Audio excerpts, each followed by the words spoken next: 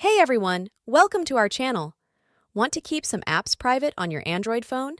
This video shows you a quick way to hide them in less than a minute. So let's start. Open your Settings application on your device. By opening the application on the home page, so as not to waste time finding the Hide Apps option itself, we can type Hide Apps in the search setting and the option itself will be shown to us. When the search setting finds an option, all you have to do is click on it. On the new page, you can see all the applications on your device.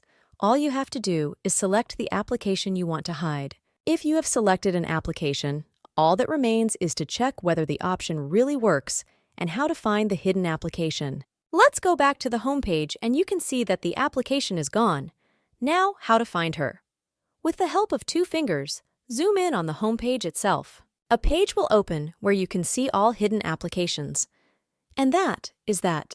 Now your selected apps are hidden from prying eyes.